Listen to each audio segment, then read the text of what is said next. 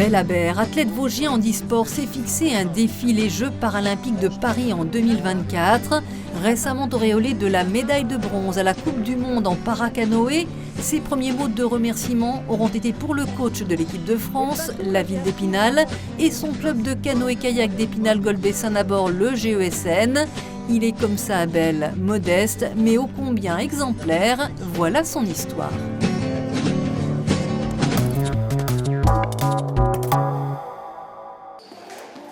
En 2003, Abel Aber était victime d'un accident de scooter. Amputé de la jambe droite, il s'est relevé au prix d'une insatiable persévérance. Il a tiré un trait sur une carrière rêvée de militaire, mais aura combattu ses démons intérieurs. Le ring a été son exutoire. Au départ, j'avais osé pousser la porte, mais un peu à l'abri des regards, donc je cachais beaucoup ma jambe. Donc je mettais des joggings, je mettais des sortes de systèmes, j'étais un peu à l'abri, à l'écart. Et je boxais. Petit à petit, ça m'a permis de m'ouvrir. J'étais dans différentes salles et puis quand je suis revenu en 2008 avec Jean-François Wust et le Galaxy Gym, il a vu que je m'occupais pas mal des jeunes. Mais il serait bien que tu encadres et que tu vois pourquoi pas un avenir professionnel. Abel devient un sportif de haut niveau, compétiteur, puis il obtient son diplôme d'entraîneur de boxe thaï. Éducateur auprès des jeunes, médiateur dans les quartiers, il fait la fierté de celui qui l'a accompagné.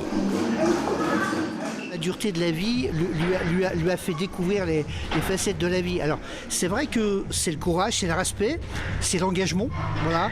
Et quand des fois, c'est ce que je disais, quand on est un peu fatigué, ou je dis aux autres élèves, quand ils viennent, ils sont un peu fatigués pour sauter à la corde, ben, moi, la seule réponse que j'ai, je dis, regardez Abel, voilà. À 34 ans, l'athlète spinalien, toujours à la force de ses bras, s'est lancé un nouveau défi sur l'eau, cette fois-ci. Au club de canoë-kayak, il a ses entrées dans la salle de musculation avant de retrouver sa meilleure alliée, une pirogue. C'est une pirogue de course en ligne, adaptée pour le sprint. Donc elle est un peu vieillotte, mais de très bonne qualité encore. Elle mesure à peu près 7 mètres. Il y a un flotteur côté gauche, côté où j'ai plus de poids, du côté où j'ai la jambe valide. Et en l'occurrence, on pagaie avec une pagaie de canoë simple. Abel a mis la barre très haut et vise les Jeux Olympiques en 2024 à Paris pour participer aux épreuves de paracanoë avec l'espoir d'une médaille. C'est une nouvelle discipline pour le club d'Épinal-Golbet-Saint-Nabord qui le soutient. On a un historique avec des médailles olympiques, donc on en a eu récemment à Rio. Nous, on est des slalomers, on n'est pas du milieu de la course en ligne, mais en tout cas, on construit, on discute, on demande des conseils à droite à gauche pour l'aider.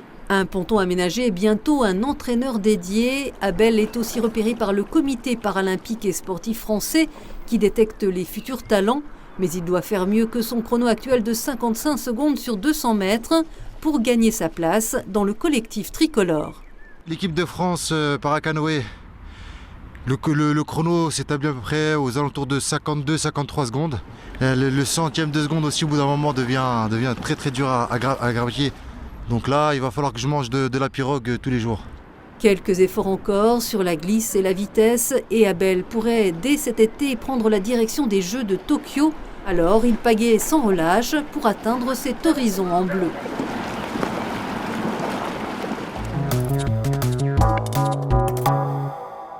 Abel Aber, bonjour. Bonjour. Je suis ravie de vous retrouver en champion avec une médaille de bronze obtenue récemment à Poznan en Pologne à la Coupe du Monde de paracanoë. Qu'est-ce que vous avez ressenti, sachant que vous étiez arrivé en 4e position, le bateau précédent a été disqualifié, vous montez sur le podium. Alors c'est une joie intense. Mes sacrifices et les efforts faits il y a quelques mois à m'investir plein pot pour être dans les top 9 mondiaux. L'objectif est atteint à titre personnel. Sur la ligne d'arrivée, ça se joue vraiment au 10e près. Donc les bateaux sont très collés. Et moi, petit novice que je suis, Vosgien, on a bien représenté. Voilà, l'ANIAC était présente. On lâche pas jusqu'au bout. Et voilà, il fallait se donner une satisfaction personnelle d'avoir rempli ma mission de faire une course à peu près propre et avec des résultats qui tiennent la route. Donc première étape. Alors, il y a d'autres échéances qui arrivent très vite. Vous allez continuer à vous entraîner des heures de pirogue à manger, comme vous dites. C'est ça. Parce que championnat de France qui arrive, championnat du monde, championnat d'Europe, puis bien sûr la cible, le Graal, hein, c'est les Jeux Olympiques de Jeux de Paris. Paris, voilà. Ça, c'est l'apothéose. C'était le projet dès le départ, hein, en m'inscrivant dans cette discipline. Donc on essaie de tout mener à bien pour que tout corrèle, hein, la vie de famille, le travail, la rentrée financière, les frais, etc. Moi, à titre personnel, j'aime bien relever les défis. J'ai toujours l'ANAC à me donner, donc on se donne à 200%. Lorsqu'on vous avait rencontré avec Denis, vous bon me souvenir. disiez donc sur votre discipline, le 200 mètres sprint C'est ça. en VL3, en quoi ça consiste? VL3, en fait, ça correspond notamment au pirogue avec un flotteur, soit côté gauche ou côté droit. Et c'est réservé aux amputés ou des personnes qui ont une problématique au niveau des membres inférieurs, au niveau fémoral.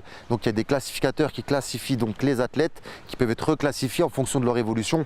Moi, étant amputé d'une jambe au niveau fémoral, c'est classifié et déterminé sur du long terme sans problème. Lorsqu'on vous avait vu à l'entraînement, vous étiez, je crois, alors au chrono de 55 secondes. Tout à fait. Là, vous avez fait un chrono à Poznan. 50 secondes 32, exactement. Et pour les Jeux Olympiques, pour toucher les étoiles, il faut encore gagner des secondes, des centièmes de seconde. Après, le chrono, c'est pas que la référence, parce qu'il faut savoir que ça dépend aussi du climat, etc., du bassin, de la chaleur qui fait que le bateau va glisser plus ou moins vite. Je fais partie des personnes qui tournent à 50 secondes, c'est-à-dire des 9 premiers mondiaux.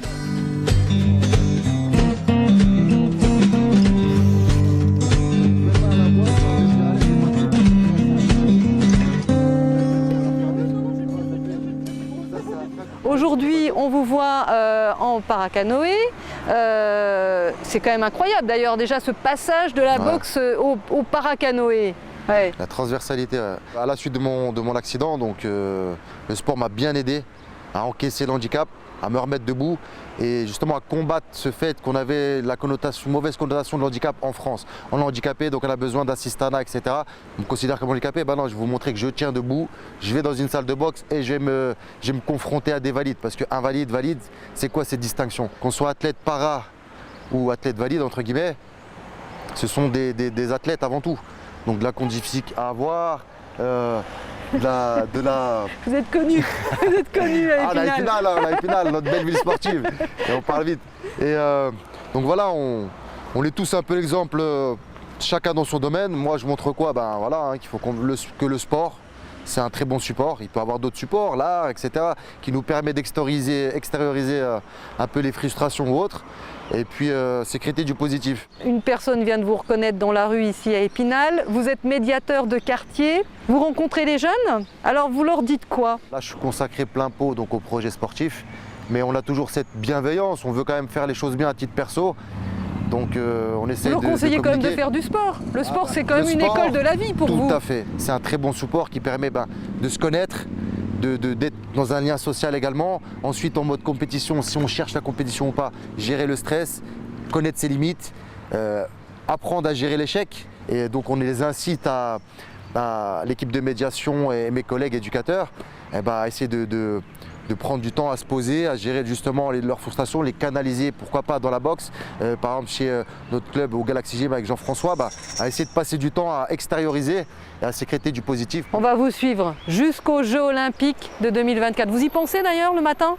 Du jour au lendemain, tout peut s'arrêter, on peut se blesser, donc il faut avoir aussi le recul. Moi, je me disais au début de la course, je me donne à 400%, il faut que je sois mort à la fin. Au moins, peu importe le résultat, je me dis au moins, puis essayer de faire les choses bien. Donc, on n'avait pas besoin de s'enflammer ou autre. Travail, persévérance. Merci beaucoup Abel. Merci à vous. Et bravo encore. Merci beaucoup.